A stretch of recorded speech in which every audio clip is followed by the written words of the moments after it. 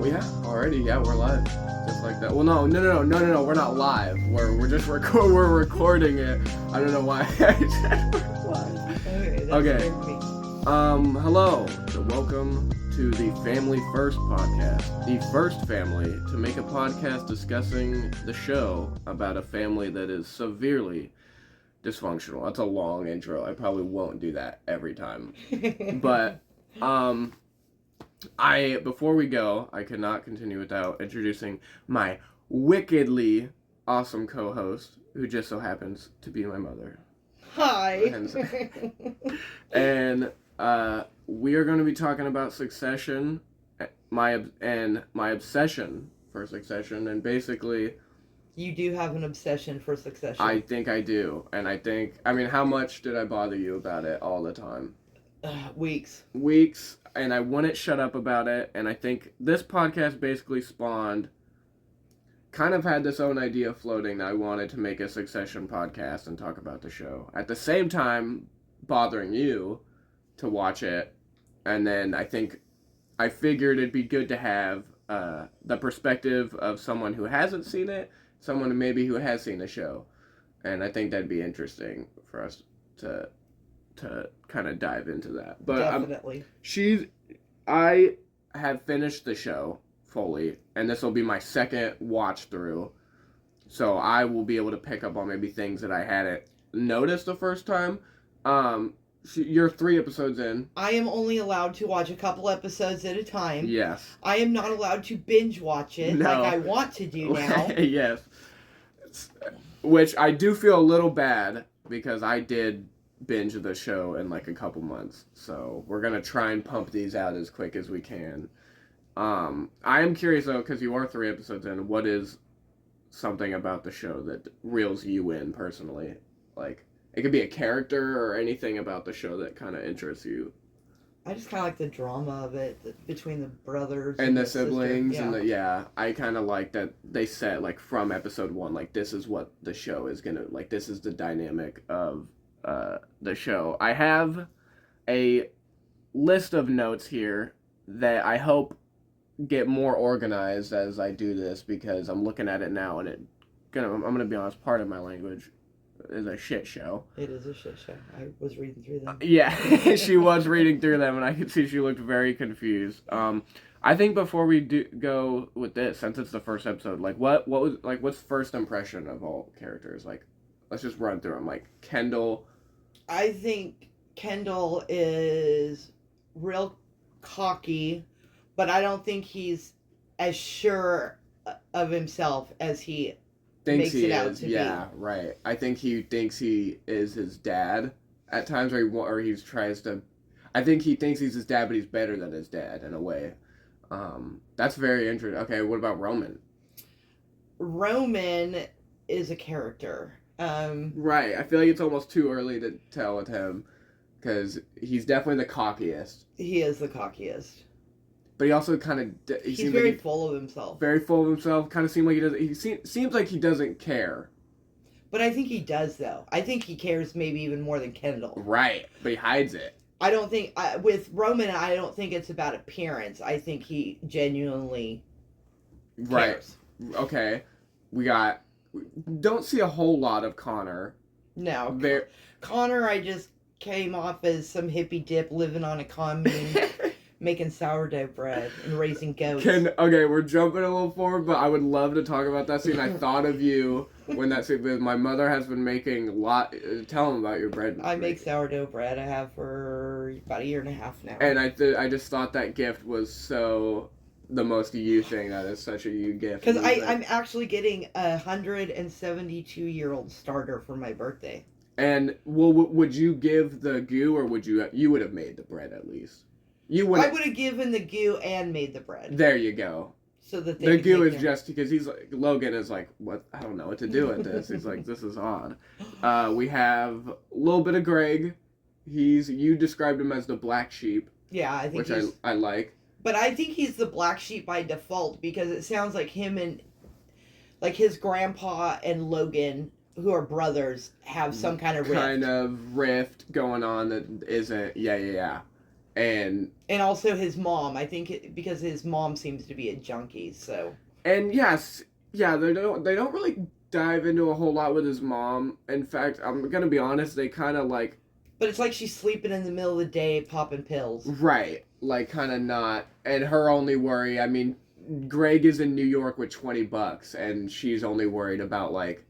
I didn't get the whole pot thing though. Like that was dumb. That was just dumbfounding to me. Oh, so Greg gets high. I love this scene. I love the first opening scene. Let's just jump into it. We got Greg at the theme park taking a one-hitter at the car. Greg is the sibling's cousin, by the way. Yes. Sibling's cousin, and we have Greg throwing up out of a So he's a mascot character of some character of Waystar at a theme park. And he got so stoned that he threw up. He threw up out the eyes of the character, which was disturbing. There's a lot of gross stuff that happens this first episode. Like, I mean, before that we have Logan waking up and taking a piss on the carpet because he's in a new house, and they never really go into if it's anything specific health wise, or if he's just old as. Or he's just being a dick. Or he's just being a dick, yeah. We have no clue with Logan. But Greg tries to convince his mother that he picked up a hitchhiker. Yeah. And that he lit up a doobie, as they say, and she gives him the idea that you need to... What I found disturbing is that he was puking off of a joint. It was a little... I think it was that. I think it was a bit of the kids. I think he seemed like a very anxious guy. Like he's probably got to take some pills. Yeah, he seems like high that. strung. Yes, so it's Logan's birthday. That's the whole reason Greg kind of gets sent up there. So we got Kendall, his first scene. We got him getting pumped up in the car. Right. Did you catch who he was listening to? Yeah, the Beastie Boys. You did catch that? Yeah. I thought that was so in place for his character. I loved that opening. We have this Walter deal. Basically, I would say the main thing of this episode is that it's Logan's birthday. I believe he's turning 80, and the hopes for Kendall is that they're going to make an announcement that he will take over the company, as CEO. Mm-hmm. Father will be stepping down. That's a huge thing that obviously ends up not happening, and the dad kind of pulls out of that. But I mean, I want to start with basically, wow, I wish you guys could see my notes right now. It is a mess. So we got the Walter deal, and I mean, Kendall just goes in there with the wrong attitude. He was kind of a pussy, I think. Really? Like, he wasn't, because they kind of go into that later. He says, Dad, not everything's just a big dick competition. And he says, well, it is sometimes. But then when he went back in there with the big dick competition... Then it kind of backfired on him a little bit. That is, the way they call back to things like that is very good. I love the writing in the show when they do stuff like that. And I think when, Logan, he also says, later he it's his birthday, he's having the birthday dinner or lunch or whatever, the surprise. And he asks if Kendall's going to be there. And he says, yeah, I'm going to be there. Or he says, I don't know if I can make it because of this meeting with Walter. And the dad says, it's your call. You make the choice. I think Kendall made the wrong choice. I think the dad didn't want him to show up. Right. I think to prove that he was really into the business. To choose business over family? Yeah. Right. I wrote that down. I was like, it seems like it was a test. It was a test, and he did not pass. Which I think the dad does to the kids quite a bit. I think he I think he gets off on pinning them against each other. Right. And testing them. Mm-hmm. And then they're always questioning whether they're making the right decision. Are we going to make Dad happy? Everything, and they kind of look at everything. And I think the dad enjoys it way too much. All right, let's talk about, we meet Tom and Shiv. Not the biggest episode for these two. I always say these first couple episodes, it takes a bit to ramp up with the show, but... Shiv just kind of gave me the impression of being like a daddy's girl princess. Yes, very much so. Please, daddy, Tom's funny. I kind of found him to He's- be kind of a dork. He's dorky. I would love your opinion on him and Greg, that scene between them. The fact that there's more romantic tension between him and Greg than him and his wife already in the first episode. I mean, maybe he's got some gay tendencies that... I will say this will not be the last instance where... Tom kind of gives me some closet vibes. I mean, I gotta say, Greg did never say no when he asked to kiss him. He did never say no, which True. is very interesting to bring up. I love, this is a weird detail I wrote down, but Logan calls Roman Romulus. And for some reason I find that really funny. I don't know why. I don't know why either. That's very odd. Little notes I wrote, they are the 5th largest media conglomerate in the world, which is like crazy. I feel like that's basically, I mean, up there with like, I feel like they are trying to paint the picture that they are like a Disney type. Or like Turner Broadcast. Something like that. There's a funny cut. We see a magazine of Kendall. It says "Air with the Flair" on the Ford magazine. On the Ford he's the best dressed. Yeah. Love that. There's such I wrote down this joke. I feel like there's a really weird dynamic between the siblings, and this is kind of what made me, or something that I first caught on, is that Shiv and Roman are talking, and he has a cologne, and she makes a joke about, what is that, Date Rape by Calvin Klein, and Roman says, yeah, you wish. And I just thought that was an odd joke to make to a sibling, but that's obviously clearly their weird banter, I guess, that they can make stuff like that. Can we talk about the stepmom? Yeah, so is it Marcia or is it Marcia? Because I'm very stuck on that.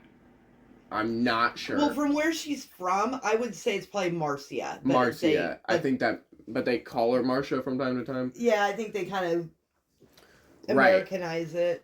I remember, so before this podcast, the first message my mom sent me while watching episode 1 is, like, I don't trust the stepmom. I don't trust her. There's something about her. I don't know if it's because she's from another country and she's not as emotional as Americans are made out to be. She's very kept to herself. There's something about her, though. There's just something about the way she acts that I think she's in it for the money. I mean, I think they definitely want you to question that, for right. Sure. Oh, I'm sure. We see a little bit of Kendall and his wife. They're obviously separated. Their marriage isn't very good. She makes a joke about something about how she's seeing some new dude and how maybe he won't leave coke on their iPads or something, kind of revealing that. I mean, with other lines, I think Logan said something about how you definitely get the impression that Kendall is a drug addict. A druggie. He says he used to be in rehab. He called it the nut house. That's what he called it. Let's actually talk about that scene. Is when Logan tells them about the family trust and that he wants to sign it over to Marcia. Basically, I believe what they're doing is they're signing papers that will allow her to have a spot in the company that if he passes, she will take over. Right, but she will also be in control of, like, all the money. Mm-hmm. She will have 2 votes. Yep.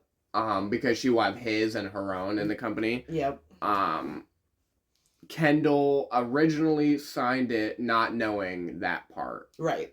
But the other siblings had not signed it. Had no clue. Of course, Connor's the only one that's like, I'll just do whatever they do. He doesn't really care. Roman is thinking about it. Shiv is very much against it. And then also in that room announces... Because I think she wants to be the matriarch of the family. And she's... Not Marcia. For sure. Yeah. And she's very hush-hush about it and not saying much. But in that same scene, we also get Logan telling Kendall that he's going to be staying as CEO and not stepping down for a while. Right. Kendall, confused, freaks out. Roman's laughing at him, kind of thinks it's funny. And then we get this really intense scene between Kendall and Logan, and he's like, I mean, you screwed me over. That's what you're doing. He's like, no, it's not like that. And it's crazy that he is 80, and he says, Logan's like, I could go 5-10 more years. Yeah. And he's like, really, Dad? Like, you're just it almost feels like he's doing this just to toy with him. And I don't remember exactly what he says, but Kendall does start to tear up a little bit. And this is when I knew that Dad was, like, kind of ruthless a little bit. And he called him, I believe he calls him a pussy for crying or something. Probably. But he starts tearing up, and he gets very, whatever. Greg continues to make his move. He tells Logan, I forget exactly what he tells him. He says something about my grandpa, told me something that you should give me a job, and he's like, I need to hear it from him. Right. Basically, is like, I would like to hear it from him, because there's this riff. We also get that scene between them where Greg kind of shivvies himself into the limo with him and Marcia. Is very awkward. And I actually think, when Greg is talking about that, and he's kind of giving his pitch, and he's like, is there an angle there? And Logan, I feel like would maybe just normally say fuck off or like whatever. It's kind of sits there. I think he's kind of desperate. I mean, he's on his last leg. Yeah. For sure, but I think Logan respects Greg's tenacity in his pitch. And the fact that I feel like the kids usually have a hard time asking for something straightforward. They have to go around and do something. I feel like he appreciates Greg. Just like, is there an angle there? Like, could I, Right. I feel like he kind of likes that a little bit. But we have the game. This is also one of the things you told me. This was like the first scene that you told me about was Roman ripping up the check. So Roman. Yeah, Roman tells this kid, if you hit a home run, I'll give you $1 million. And he writes the check out. And the kid gets almost to home, and they tag him out. Tom tags him out. And they're like, oh, man, you're so close. And Roman rips the check up, and he gives the kid a quarter of the check and goes, there's $250,000. Here's $250,000. So messed up. Logan says A for effort or something. He says you did something, like you did good, kid. Do you think that was do you think he felt bad for that kid in that moment? I think so, because the expensive watch that Tom gave Logan for his birthday was gifted to the kid. Which is also the final shot of the episode, is that family with the watch, which I think they also had them sign an NDA to not talk about it. Right. So, I mean, of course, it's very, I think he feels bad, but of course he's also could just be doing that. Or it was a payoff so that the family didn't go out and be like, hey. Blabbermouth about it. And this family, they're fucked up. Right. And I think that's definitely, anything Logan does is, even if there is a niceness to it, it's but it's also because, yeah. But I do find that, Tom, he could have not tagged out the kid, but he did. He tagged that kid. I think he's a dick. Oh, Tom is 100% a dick that we'll later get into. But, I think this is important to mention is Frank, who is kind of buddy with Kendall a bit. Seems like he's been with the company for a long time. Was basically Roman's right side guy. And Roman wants him fired, wants him gone, because... Which I don't know why. I believe they talk about it a bit. I think it's because when he was his right-hand man, he was constantly overseeing him. And I think, Roman wants... He wants Frank gone, basically. And Logan fires him, and it's like, man, ruthless. The way I don't think he fires him. I think he gives him a lower position. He's like... No, he fired him. He fires him, doesn't he? Okay, well, damn. And then we get ending scene. They're in the helicopter. And I believe he actually, right before this happens, he is talking to Roman about him coming back to the company. And they were talking about signing the papers. Signing the papers, right. For Marcia. Mm-hmm. And they both say no. But Shiv got real dirty about it. And yeah, was like, and then that's when it happened. And that kind of hints that may have caused his whatever, which yet again, we don't really know what it is. I mean, it sounds like he had a stroke, but... Stroke. I believe second episode, going a little forward, I think they say brain hemorrhage, which is a form of stroke, I believe. Yeah. So, yeah, I mean, what do you think overall as, like, an opening episode? Like... I think it was pretty good. I mean, Usually any show kind of slow. It's kind of slow. It's just kind of introducing the characters. But I think it does a good job of laying out the, like, foundation of the characters and their dynamic, and basically what the whole show is going to be about. Right. And there were, I will say, I'm not going to say specifics because I don't want to spoil, but there are a lot of lines in this first episode that I'm like, wow, after watching the full show, is, like, crazy to kind of hear. And we did skip one thing that I do want to talk about that I think is great, is after Kendall is told that he will not be running the company, his little freak out in the bathroom where he completely I love that trashes the bathroom and then fixes it and completes it because it's their new house, right? And so he feels a little bad, or obviously just doesn't want anyone to know. And so I thought that was like, I thought it was weird that he was throwing stuff and making loud banging noises, but then he took the bathrobe and put it over his mouth and screamed into it. Like, dude, they didn't hear you throwing stuff? What does it you care if they hear you screaming or not? Right. I didn't even think about that. That is so funny.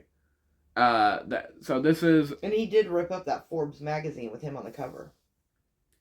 He ripped that up. He did rip that up. I guess I didn't notice that was what he ripped up. You know, I told you about a movie I watched with him in it recently. Where he's on a pot farm.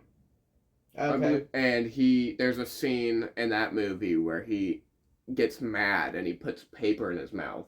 Like, did it remind you of that? It kind of reminded me of that. I was like, and the actor's name is Jeremy Strong. In the Jeremy Strong universe, he has done this twice now, and I just think that's funny. But yeah, kind of the only show that's an hour long that I'm like can kind of saddle on board with. I feel like anytime a show is an hour long, I'm like, we could trim this down a bit.